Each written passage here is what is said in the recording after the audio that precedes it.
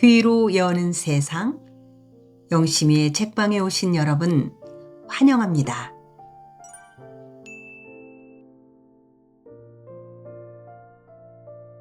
오늘 우리는 문순태 작가님의 연작 소설 징소리에서 네 번째 이야기, 무서운 징소리 네 편 중 두 번째 이야기와 함께합니다.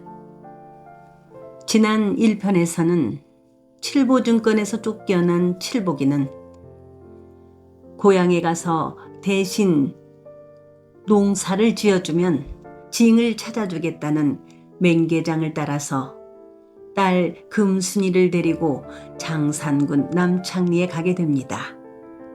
오늘 두 번째 이야기 속으로 함께 갑니다. 무서운 징소리, 문순태.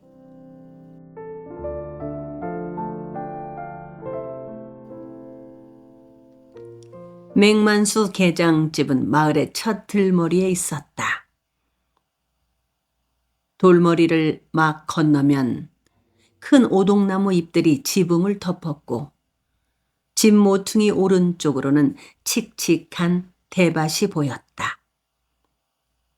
맹계장의 긴 이야기를 듣고 난 칠복은 등에 업힌 딸을 추어 올리며 남창 방죽 쪽으로 침을 뱉었다.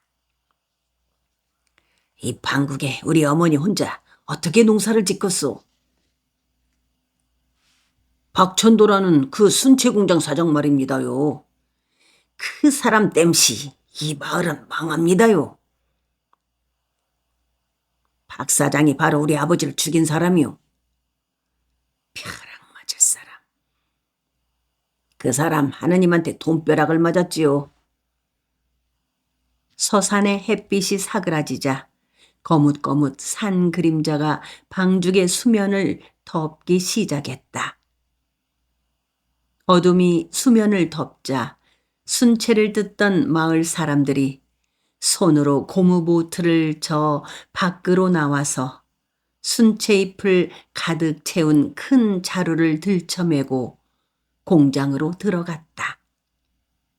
칠복은 문득 물에 잠긴 집을 두고 고향을 떠나는 방울제 사람들의 슬픈 뒷모습을 보았다.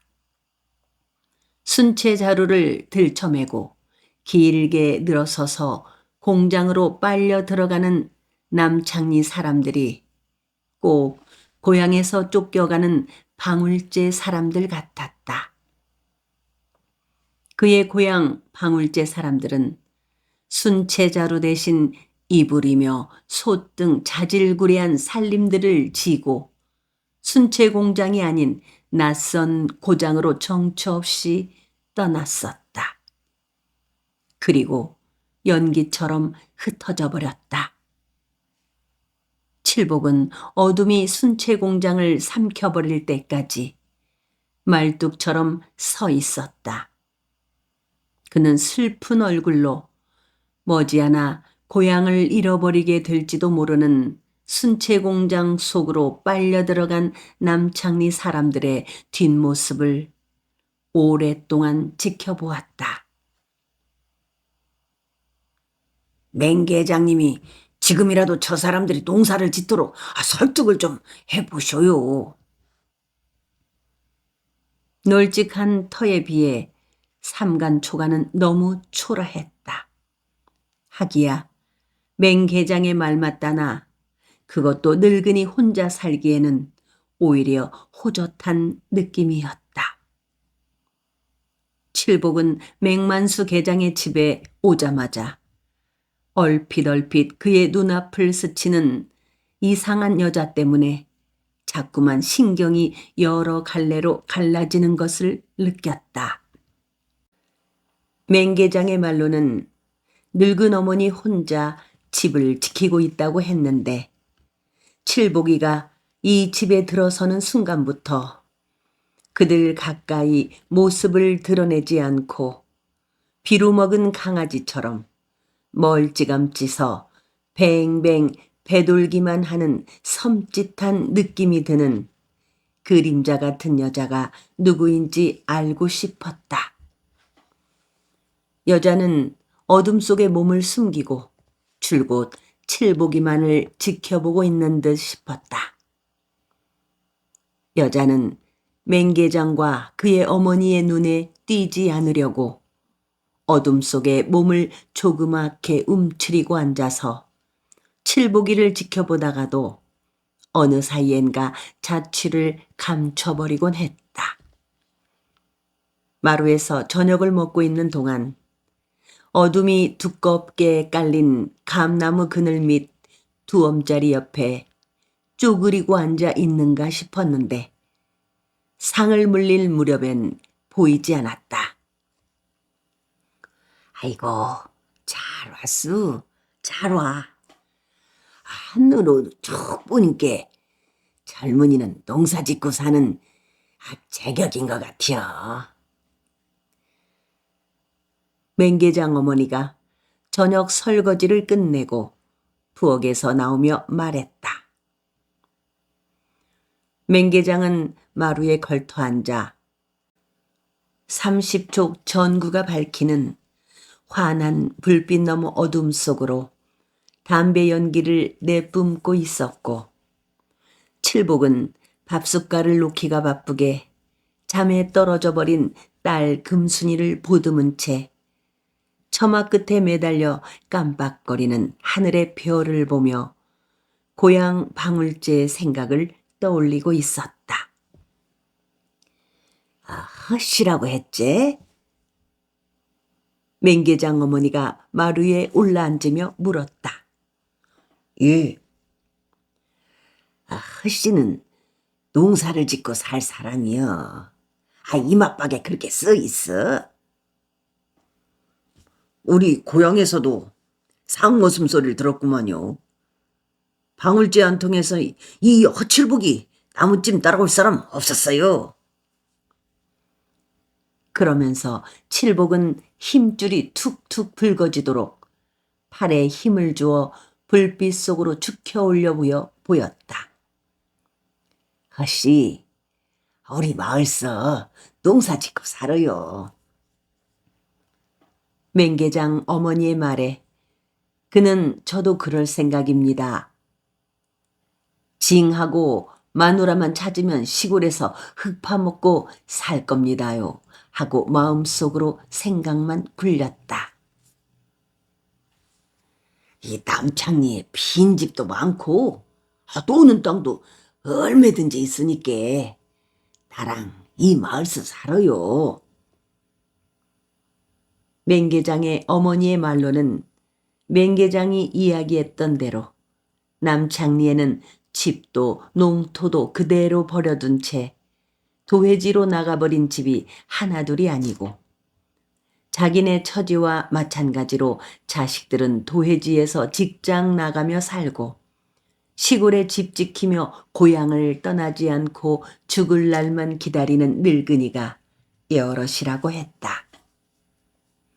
그러면서 맹계장 어머니는 아이고 난리도 보통 난리가 아니여. 6.25 전란 때는 목숨이 다쳤는디 요새 난리는 마을을 다친다니까. 농사꾼들이 농사를 안 지으면 망하는 배비여. 하고 한숨을 내쉬었다. 칠복이가 보기에 맹계장 어머니는 마을이 옴실하게 물에 잠길 때까지도 물에 씌워 죽으면 죽었지 한 발짝도 대문 밖을 나가지 않겠다고 마지막까지 고집을 부리던 방울제 열려각 최씨 할머니 같았다.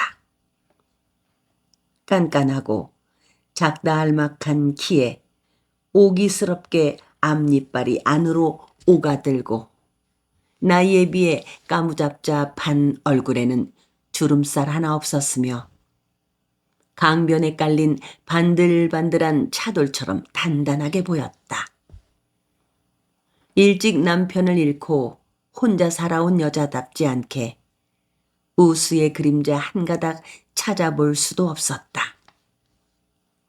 맹계장의 어머니는 말을 할 때마다 그녀의 아들처럼 심하게 상반신을 흔들고 손짓을 많이 했다. 불빛에 맹계장 어머니의 반백이 다 된 머리 정수리가 민들민들하게 보였는데 그것은 너무 임지를 많이 한 때문일 거라고 생각했다. 그런 맹계장의 어머니를 본 칠복은 문득 시골의 묵은 살림집에서 오랜 세월 다를 대로 다른 채 밥상에 오르는 몽당 숟가락을 떠올렸다. 그는 속으로 나한테 저런 어머니가 있으면 얼마나 행복할까 하고 생각해 보기도 했다. 자가 몇 년 전부터 나를 데려가려고 발사심이제만은 어림없다오. 죽어서 멱다구를 가져간다고 해도 내 혼은 다시 남창리 이 집으로 돌아와서 살 것인께.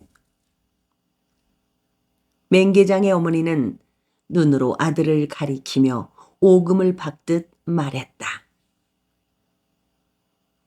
그런 말씀 마시고 텔레비전이나 좀 내와요.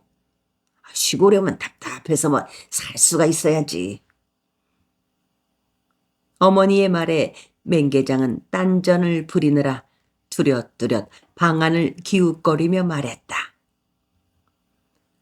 그놈의 대리빈가 하는 거 당장 가져가거라. 맹계장 어머니는 작년 봄에 아들이 사다 준 텔레비전 수상기를 아직 끌러보지도 않고 그대로 벽장에 처박아 두었다고 했다. 농사꾼들 도이지로 솔레솔레 빼가는 기 바로 그거요. 나한테는 아무 소용없으니 가져가 불어.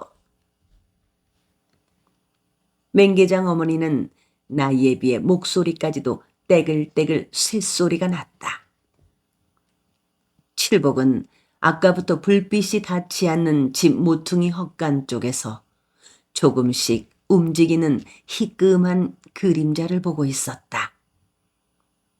그림자는 조금씩 안마루 쪽으로 다가왔다. 여자가 다시 나타났다.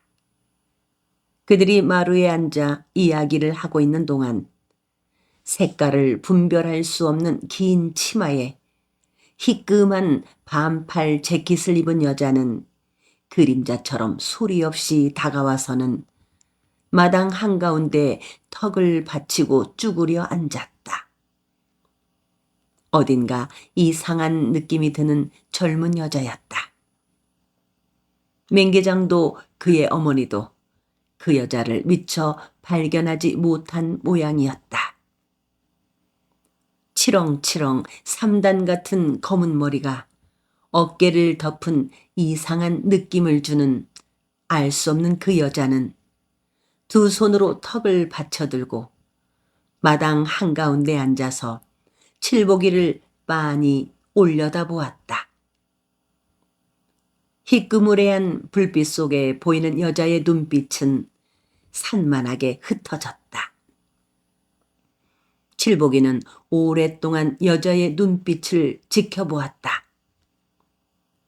이웃에 산다는 홀쭉한 청년이 담배를 피워물고 집 안으로 들어서자 맹계장과 그의 어머니는 대문 쪽으로 고개를 돌리다 말고 마당 가운데 닭의 변 모양의 큰 꽃이 핀 맨드라미처럼 앉아있는 여자를 발견한 듯 싶었다. 아니 저년이 또 왔네. 맹계장은 그저 무심한 얼굴로 이웃에 사는 그보다 서너 살 아래인 듯 싶은 마을 청년을 맞았는데 그의 어머니가 여자를 보고 꽹과리 두들기는 목소리로 고함을 지르며 마루에서 내려서 여자는 바람처럼 헛간 쪽으로 긴 치맛자락을 펄럭이며 뛰어가 버렸다. 다시 마루로 올라온 맹계장 어머니는 한동안 말없이 앉아 있었다. 맹계장이나 그의 어머니는 칠복이에게 그 이상한 여자에 대해서 말해주지 않았다. 칠복이도 묻지 않았다. 그는 여자가 사라진 헛간 쪽 어둠 속만 바라보았다. 몸피가 눈에 띄게 왜소해 보이는 이웃집 청년은 맹계장을 형님이라고 불렀다. 이름이 팔만이라고 불리는 왜소한 그 청년은 순체 채취 문제로 흥분해 있었다.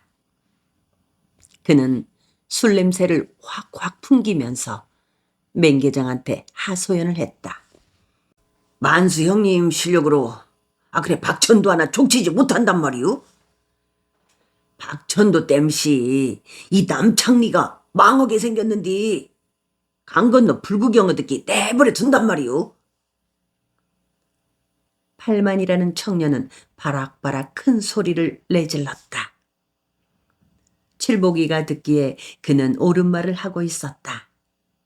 그는 결코 남들처럼 쉽게 고향을 떠나지는 않을 것이라면서 배에 칼이 들어오더라도 박천도 사장과 결판을 내고야 말겠다는 거였다. 나 말이오. 다른 사람들 돈 버는 것이 배가 아파서 그러는 게 아니라요. 우리 부모들은 시방 나 땜시 포기각서에 도장을 안 찍어주어서 눈앞에 노다지를 보고도 못 먹는다고 나한테 죽일 놈 살릴 놈 야단드립니다만요. 돈 못 벌어 억울해서 이러는 거 아니라요. 팔만이의 끓어오르는 흥분에 맹계장은 처음부터 냉담한 반응이었다. 그는 되레 그런 팔만이를 애잔하게 쓸어보는 눈빛이었다. 팔만이는 무슨 일을 저지를 것만 같았다. 그는 말끝마다 박천도 사장 때문에 마을이 망할 거라고 했으며 그런 사람을 그냥 두어서는 안 된다고 되알지게 펴르고 있었다. 그러면서 팔만이는 자기 집에서 마을 친구들이 모여 대책을 세우기로 했다면서 한사코 싫다고 몽그작거리는 맹계장을 억지로 끌고 갔다. 허씨, 참말로 우리 농사를 지어주려고 왔어? 맹계장이 팔만이와 함께 어둠 속으로 사라지자 그의 어머니는 마치 비밀을 캐묻기라도 하듯 칠복이 옆으로 바싹 다가앉으며 낮은 목소리로 물었다. 뭐 아드님하고 약속을 했어요. 농사 지어주기로? 그 대신 내 징을 찾아주기로 했습니다요. 그러니 이제 노인께서는 아드님 따라 도이지로 가세요. 여기 농사는 지가 지어드릴 텐게요. 우리 애가 그립디야? 애미를 끌고 가겠다고? 맹계장 어머니는 순간 쨍그렁 목소리를 울리며 어린애처럼 토라졌다. 도이지에서 손자들이랑 사시제. 늙은 양반이 혼자 총구석에서 무슨 고생을 하시려고 그러세요. 앞으로는 편히 사세요. 나는 여기가 편하다오. 하루라도 손에 흙을 안 묻히면 잠을 못 자는디. 가막소 같은 돼지에서 어떻게 살아라고. 맹계장 어머니는 잠시 고개를 들어 벌레들이 새까맣게 달라붙어 불빛을 가린 전구를 올려다보았다. 먹나비 한 마리가 전구 주위를 다급하게 맴돌고 있었다. 칠복은 다시 어둠이 깔린 마당의 구석구석을 조심스럽게 수석여 살펴보았다. 그러나 조금 전에 마당 한가운데까지 나왔던 긴 머리의 여자는 보이지 않았다. 개구리 울음소리가 집을 떼매갈 듯 요란했다. 마치 꽹가리 치는 소리만큼 귀를 가득 채웠다. 허시, 나하고 우리 집서 함께 농사 짓고 삽시다. 머슴이라고 생각 안 하고 그냥 한 식구로 삽시다. 맹계장 어머니가 다시 칠복이 쪽으로 돌아앉으며 애원하듯 말했다. 아드님 따라가시옵니다.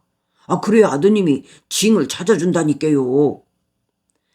아이고, 이 답답한 양반아. 그러면 나는 죽어도 여기를 떠날 수 없다니까 그러네. 그러면서 맹계장 어머니는 그녀가 남창리에서 살아온 한 맺힌 이야기들을 긴 한숨 토해가며 명주실 꾸리듯 풀어놓는 놓았다.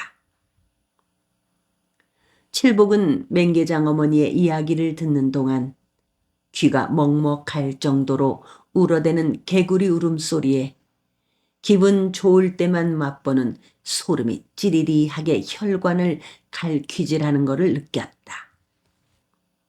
그것은 헤어진 고향 사람들의 목소리만큼이나 반가웠다. 맹계장 어머니 강촌댁이 남창리 맹시집 큰며느리로 시집을 왔을 때까지만 해도 집안이 넉넉했다. 그러나 결혼한 지 3년 만에 남편이 목구멍으로 피를 쏟는 병에 걸려 읍내 약방으로 남도 병원으로 5년 가까이 옮겨 다니며 병구안을 하는 바람에 소가 디뎌도 꿈쩍 안 할 살림이 거덜나고 말았다. 가까스로 남편의 병이 낫자 며느리가 잘못 들어와서 집안이 망했다면서 어지간히 구박을 했었던 시부모 내외가 한꺼번에 짓불 쓰러지듯 자리에 눕더니 1년 안에 세상을 뜨고 말았다.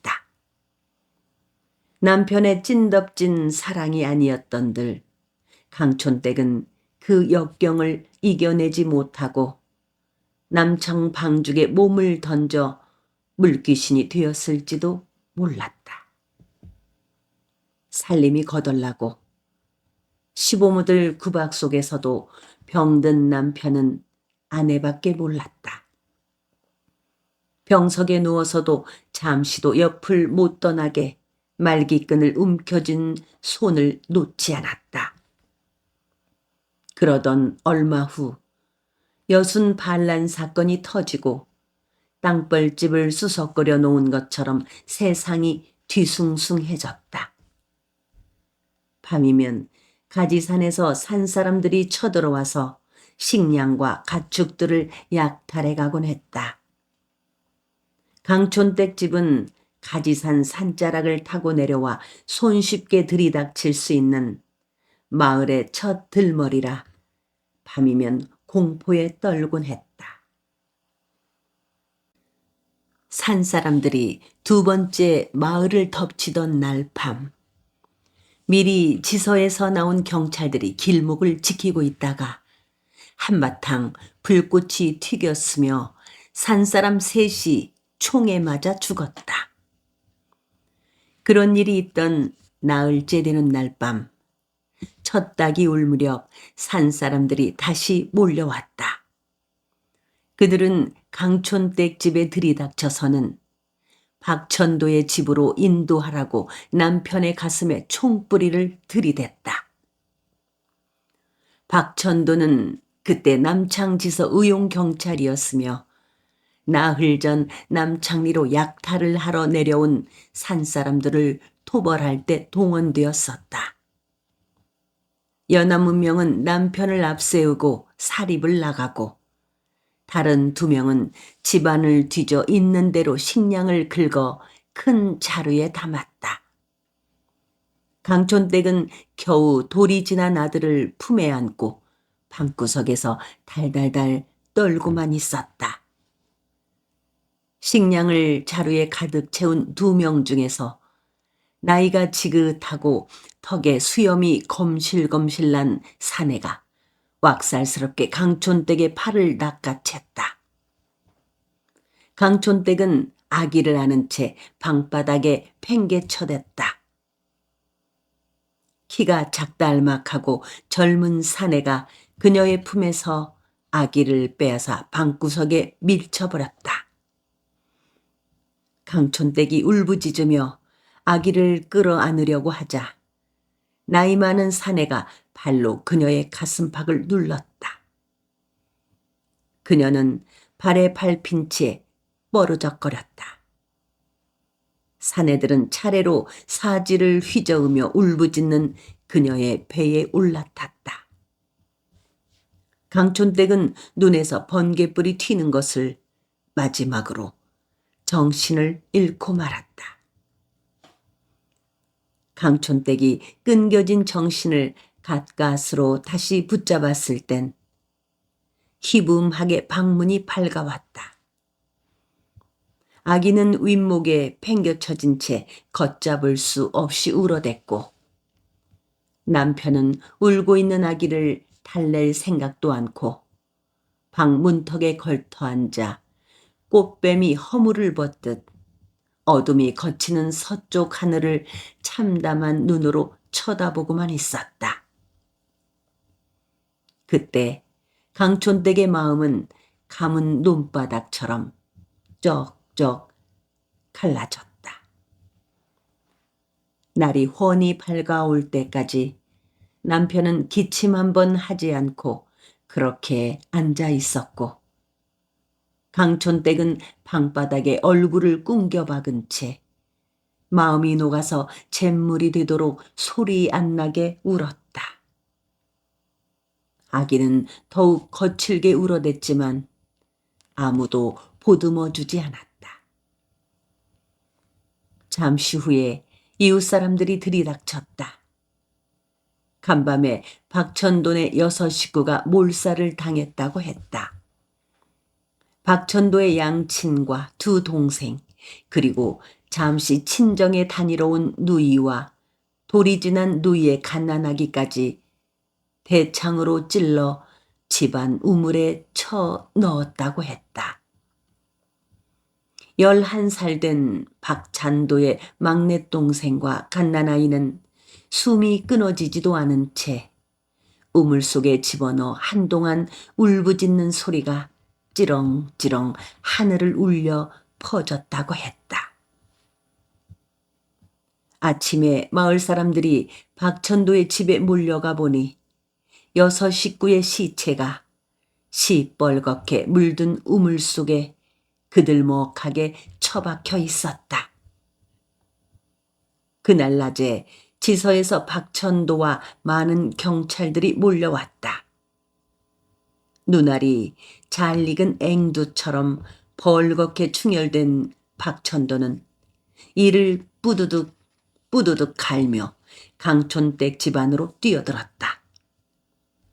그는 그때까지도 방문턱에 넋을 잃고 앉아있는 남편 가슴에 총을 들이대고 늑대처럼 울부짖었다. 이미 제정신이 아니었다. 박천도는 강촌댁 남편을 두엄자리로 끌고 가더니 방아쇠를 잡아당겼고 남편은 나뭇잎 떨어지는 것보다 더 힘없이 허물어져 버렸다. 아무도 박천도를 말리려고 하지 않았다. 하늘을 찢는 듯한 총소리와 함께 남편이 힘없이 푹 꼬꾸라지는 것을 보고서야 우르르 달려가서 남편의 겨드랑이에 팔을 넣어 일으켜 세우려고 했으나 들독처럼 꿈쩍도 하지 않았다. 그제야 그녀는 마음껏 소리내어 울었다. 그녀가 이미 숨을 거둔 남편을 끌어안고 목 놓아 울고 있을 때 집에 불길이 치솟았다. 강촌댁이 방으로 뛰어들어가 아기를 안고 나왔을 땐 박천도는 보이지 않았다. 마을 사람들 중에서 누구 하나 불길을 잡아주려고도 하지 않았다. 우리 애 합시가 무슨 죄가 있겠어요. 산 사람들이 죽인다고 총부리를 들이대면서 박천도의 집을 가르쳐 달라고 한게 집 가르쳐준 죄밖에 더 있겠소. 그때 맘 같아서는 당장 마을을 떠나고 싶었소만 참고 견뎠다오. 우리 남편이 죄가 없다는 것을 증명하는 것은 내가 이 바닥에서 끝거정 눌러붙어 사는 것이라고 생각했다오. 언젠가는 남편이 억울하게 죽었다는 것이 밝혀질 것을 믿고 이엉 물고 살았지요. 집까지 불타 없어진 이 집터에서 거적을 치고 한겨울을 얼어 죽지 않고 살았다오. 난리통이라 동네 인심이 워낙 험해서 도와주려고도 하지 않았고 나도 도움받을 생각은 없었지요.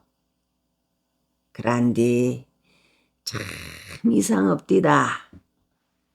전쟁이 끝나고 다시 새 세상이 돌아왔을 때 나는 두 눈 똑바로 뜨고 박천도라는 사람을 쳐다볼 수가 있었는데 그 사람은 한사코 나를 살살 피합디다.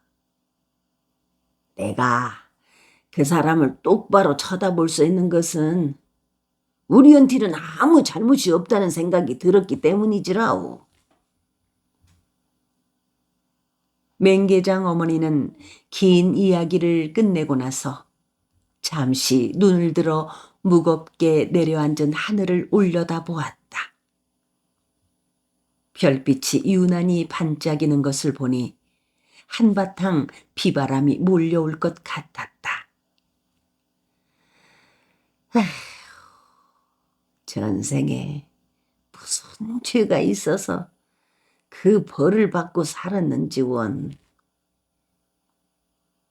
맹계장 어머니는 길게 한숨을 내쉬었다. 언제 끝난 일이 아닙니까요? 이제는 다 잊어야지요.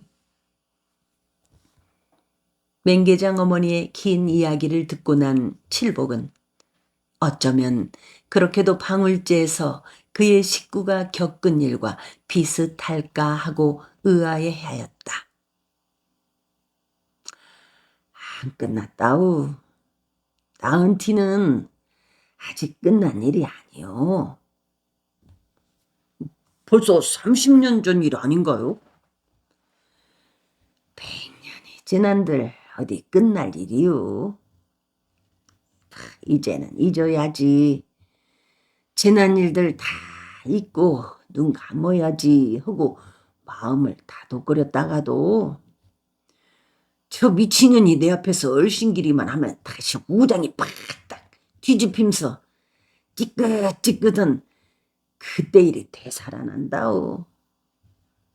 지난 30년을 날마다 그렇게 살았어요.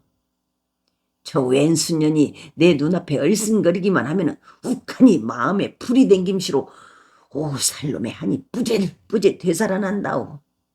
한이 되살아나면은 살고 싶은 마음이 없어지고 30년 전에 왼수를 갚고 싶은 심정이네. 아이고, 그런 처녀를 데리고 어디를 가겠어요. 처녀는 그날 밤 내가 산 사람한테 그 고초를 겪고 실신할 때부터 내 뱃속에서 미쳐서 생겨났다우. 맹계장 어머니의 말을 듣고 나서야 칠복은 대충 어림할 수가 있었다. 그러고 보니 그가 이 집에 발을 들여놓은 순간부터 그림자처럼 먼 발치서 배돌던 그 여자는 맹계장과 씨가 다른 누이 동생이라는 것을 알 수가 있었다. 자녀는 30살이 되도록 이 난리 때까지 제정신 갖고 있는 날이 하루도 없었다니까요. 맹계장 어머니는 딸의 이야기를 계속했다. 그녀는 이야기를 하면서도 말끝마다 원수년, 원수년 하고 욕지거를 붙였다.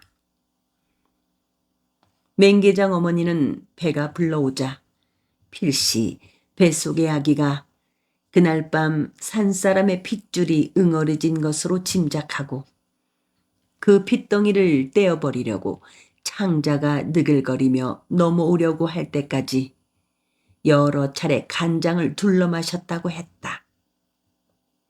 그러나 모질고 모진 것이 사람의 생명인지 끝내 그 핏덩이는 떨어지지 않았다.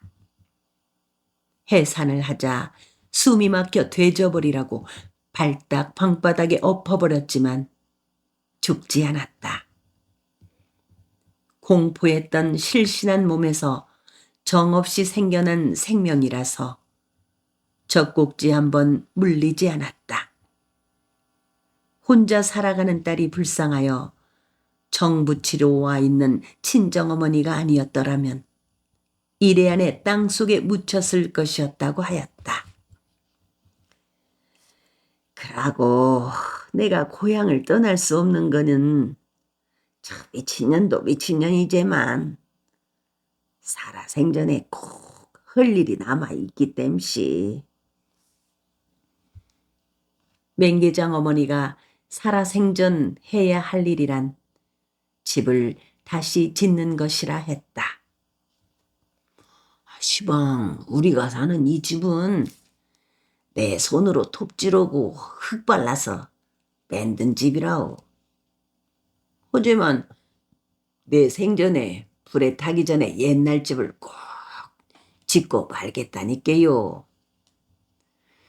우리 시알배가 지었다는 육간 절집보단 훨씬 좋은 집을 짓고야 말겠다고 선영들한테 다짐을 했다오. 이 집을 헐고 30년 전에 불타뿐진 집보다는 훨씬 좋은 집을 짓지 못하면 선영들한테로 돌아갈 수가 없겠다니까. 그렇게 말하는 맹계장의 어머니는 조금도 늙어 보이지가 않았다. 그날 밤 칠복은 쉽게 잠을 이루지 못했다.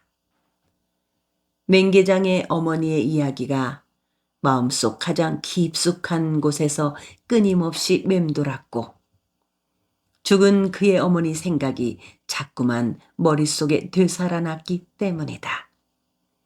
게다가 휘휘휘 지붕 위의 오동나무의 잎이 흔들리는 바람소리며 집을 떼매갈 듯한 개구리 울음소리가 귓속을 가득 메워 눈을 감고 있으면서도 마음은 바람처럼 끝없는 들판을 헤매고 있었다.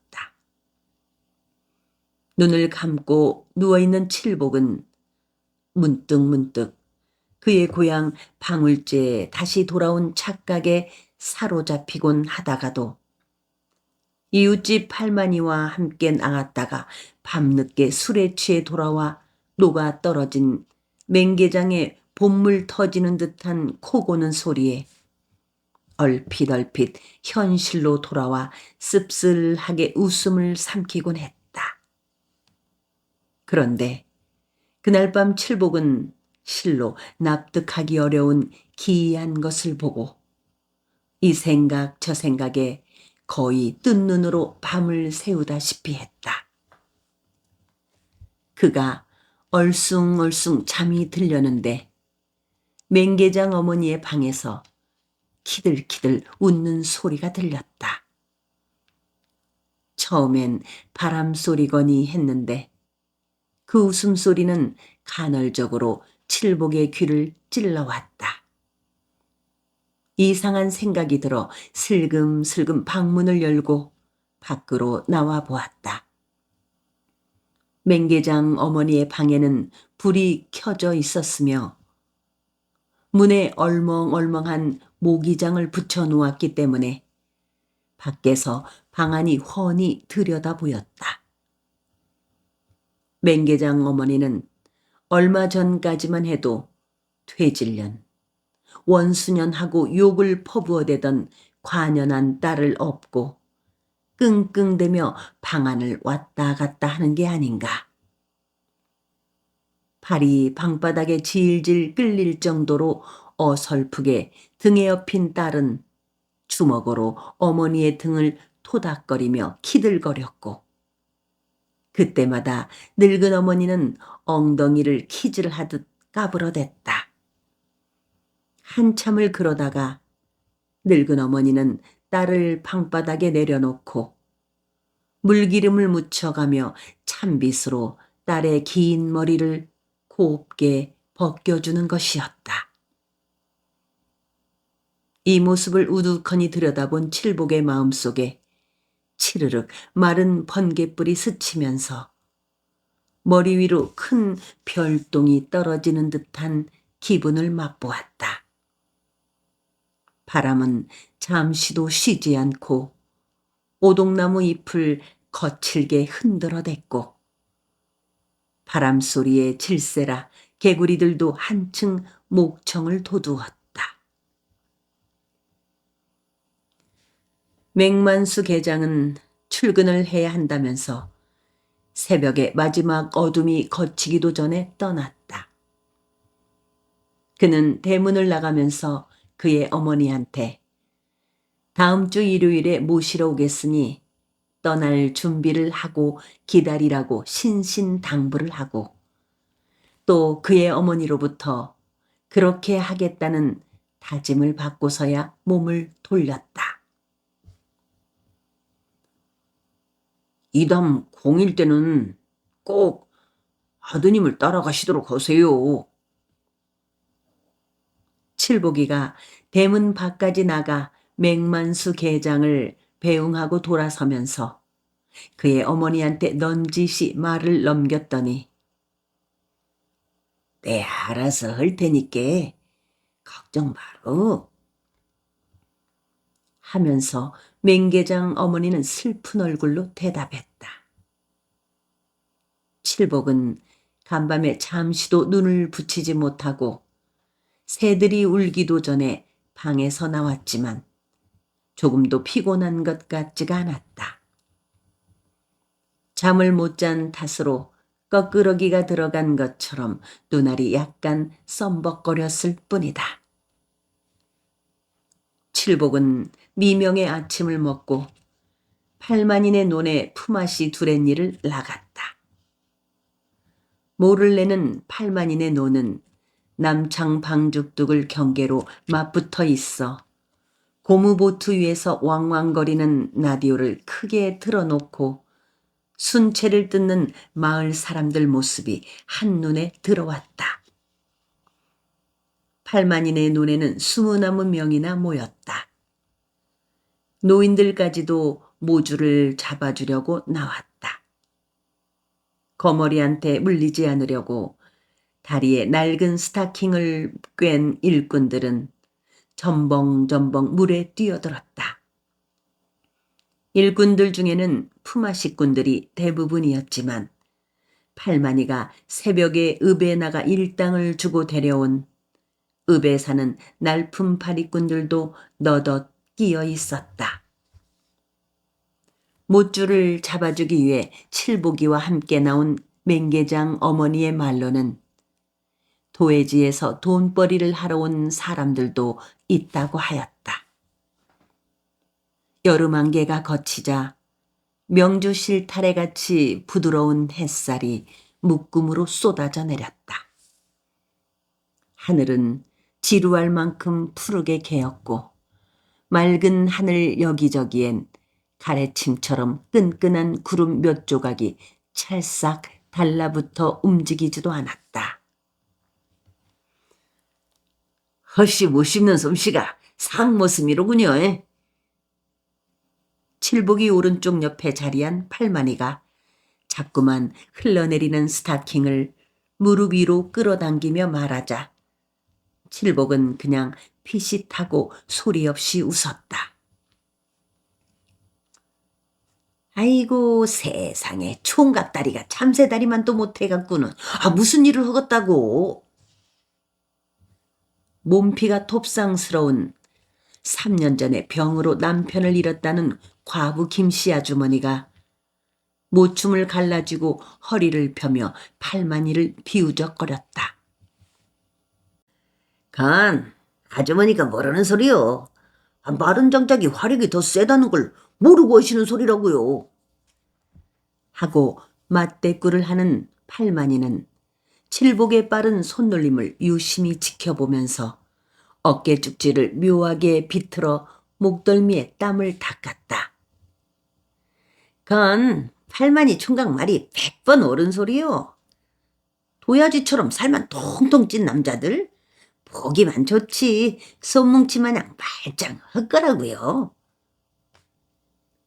읍에서 건축 공사장 벽돌 나르는 일을 한다는 칠복의 왼쪽 바로 옆 까무잡잡한 얼굴에 키가 작달막한 젊은 여자가 혼자 버릇처럼 흥얼거리던 콧노래를 멎으며 한마디 했다. 그렇죠. 아주머니 경험으로 마른 장작 화력이 훨씬 세죠. 팔만이가 까무잡잡한 여자의 말꼬리를 물었다. 암요, 화력도 세고 또 오래오래 타고. 그 말에 일꾼들은 한바탕 웃어대며 허리를 펴고 하늘을 보았다. 팔만이 총각 빨리 장가가야 쓰겄어. 김씨 과부가 눈을 흘기며 큰 소리로 말했다. 괜히 그러지 말아요, 아주머니. 과부 옆에는 총각이 있어야 하는 법이라래요. 팔만이는 여전히 실실 웃어댔다. 총각 말이 맞아요. 방구레가 맥힐 때 왜 생솔가지를 군불로 떼는지 알아? 생솔가지가 연기가 뭉텅 나가면서 맥힌 고래가 확 뚫리는 거라요. 까무잡잡한 여자의 말에 아니 그러면 내가 생솔가지란 말이요? 하고 팔만이가 큰 소리로 말을 되씌웠다. 그러면 이 중에 고래 맥힌 과부는 니기요? 여지껏 잠자코 있던 살짝 곰보 팔만이 외삼촌의 말에 일꾼들은 다시 와글바글 웃어댔다. 칠복은 일꾼들의 실없는 웃음의 소리는 듣는 둥 마는 둥 열심히 손만 놀렸다. 그는 모춤을 갈라쥘 때마다 잠깐씩 허리를 펴고 하늘을 올려다보곤 했다. 그날 낮에 남창 방죽둑에서 모를 심던 팔만이와 남창 방죽에서 순채를 뜯던 팔만이의 친구 고산추리와의 대판 싸움이 벌어지고 말았다. 모를 심던 일꾼들이 남창방죽둑 큰 팽나무 그늘에서 아침나절 견누리를 먹고 있는데 순채를 뜯던 고산추리가 차양이 넓은 빨간 등산모를 삐뚤음이 눌러쓰고 와서는 배가 출출하다면서 먹을 것 좀 달라고 했다. 모내기를 하던 일꾼들은 고산추리를 별로 반갑게 대해주지 않았다. 그러자 고산추리는 양동이에 넘실거리는 막걸리를 플라스틱 바가지로 떠서는 쿨럭쿨럭 다 마시고 나더니 에이 더럽게 밍밍하네. 그 시원한 맥주나 사다가 찬물에 담가놓고 마셔가면서 일을 할 것이지. 하고 듣기 싫은 말을 했다. 그러자 팔만이가 대뜸 막걸리를 몇 잔 걸쳐 불쾌해진 얼굴로 고산추를 째려보며 야 임마, 맥주야 돈 잘 버는 내 놈들이나 마시는 거지. 우리 같은 농사꾼이 마시면 입이 불켜. 하고 한마디 쏘아붙였다. 이때 고산추리가 그냥 자리를 떠나버렸으면 아무렇지도 않았을 것인데 한사코 미적거리더니 다시 술동이 옆으로 다가가서 한 바가지를 더 떠 마시다가 바가지 밑바닥에 남은 술을 땅 가시나무가 뒤엉킨 풀섭 위에 흩뿌려 버렸다. 이 새끼야! 아무리 값싼 술이라고 왜 찌끄러? 팔만이가 인상을 험하게 구기며 고산출의 손에서 술바가지를 왁살스레 빼앗았다. 그렇게 아까우면 까짓것 술값을 주지 뭐. 그러면서 고산출이는 능질맞게 웃으며 바지 주머니에서 1,000원짜리 지폐를 꺼내 침을 발라 팔만의 이마에 찰싹 소리가 나게 붙였다. 이런 즈음이를. 아무리 가난해도 마을을 판도는 싫어. 팔만이가 고산추리가 밟고 있는 낭가시나무에 각침을 뱉으며 지전을 휙 던졌다. 보셨지? 더러운 돈은 싫다고 했다 왜? 난 일본 놈 돈은 싫어. 일본 놈 돈이라고? 고산추리는 내 입갈 귓풀 위에 떨어진 지전을 주워 바지 주머니에 쑤셔 넣으며 대들었다. 그래, 내가 갖고 있는 돈은 일본 놈한테 우리 마을 순채를 판 돈 아니냐? 회눈박이가 두 눈박이 나무란다더니 내 처지에 일본 돈, 미국 돈 가리게 생겼어? 이 더러운 돈버러지 같은 새끼, 뭐야 이 자식이! 이렇게 티격태격 입씨름을 하던 그들은 급기야 주먹을 휘둘렀고 한바탕 풀섭 위에 뒹굴며 씩씩거렸다. 고산출의 코에서는 피가 터졌으며 팔만의 눈두덩이가 벌겋게 부어올랐다. 일꾼들이 달라붙어 뜯어 말렸으니 그만이지. 그대로 내버려 두었다가는 둘 중 어느 하나가 죽게 되었을지도 모를 일이었다.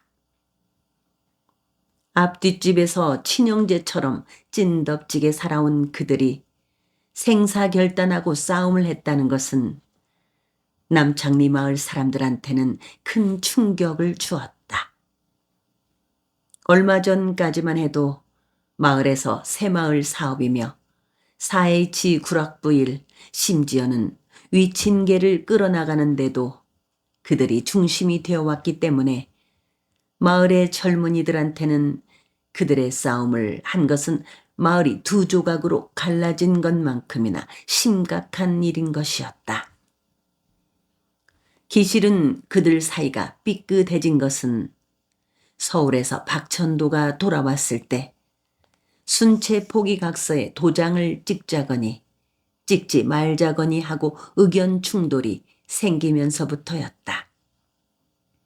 그들은 한쪽은 순채를 뜯게 되고 다른 한쪽은 끝까지 순채 채취를 반대해온 입장이긴 했으나 그렇다고 어려서부터 강아지 풀 줄기를 뽑아 내 것이 짧니 내 것이 기니 하며 고추를 맞대고 길이를 재며 커온 그 우정에는 금이 가지 않은 것으로 믿어왔었다. 그런데 그날 그들의 싸움은 예기치 않은 큰 슬픔을 낳고 말았다. 그들이 부둥켜 안고 뒹굴며 싸우는 그 시각에 순채를 뜯던 고산출의 누이 동생 산금이가 방죽에 빠져 익사를 했다. 그녀는 순채를 뜯고 있다가 오빠가 팔만이와 돼지게 싸움을 하고 있다는 소리를 듣고 손으로 고무보트를 저어 다급하게 방죽에서 나가려다가 고무보트가 뒤집어지면서 물속에 처박히자 고무보트를 붙잡을 생각은 않고 순채 자루를 놓치지 않으려고 tum벙대는 바람에 그만 보트가 물살을 타고 저만큼 우쭐우쭐 흘러가 버렸고 그렇게 해서 혼자 허우적거리다가 물속으로 쑥 잠겨버리고 말았다. 뒤늦게야 헤엄치는 청년들이 몰려와 산금이를 쇠무릎 풀이 융단처럼 푹신하게 깔린 방죽의 두 가래에 꺼내놓았을 때는 이미 심장이 멎고 말았다. 팔만이는 눈퉁이가 불성사납게 부어오른 얼굴로 겹겹이 둘러싼 마을 사람들을 해치고 맑은 하늘 눈부신 햇살을 향해 반듯하게 죽어있는 산금이의 모습을 확인하고는 반쯤 죽은 사람처럼 맥없이 남창방죽의 긴 둑을 걸었다. 팔만이의 가슴은 찢어지는 듯 아팠다. 팔만이와 산금이는 오래전부터 남모르게 가깝게 사귀어온 사이였다. 가깝게 사귀어온 정도가 아니라 그들은 이미 부모 몰래 혼약을 해놓은 거나 다름없는 사이였다.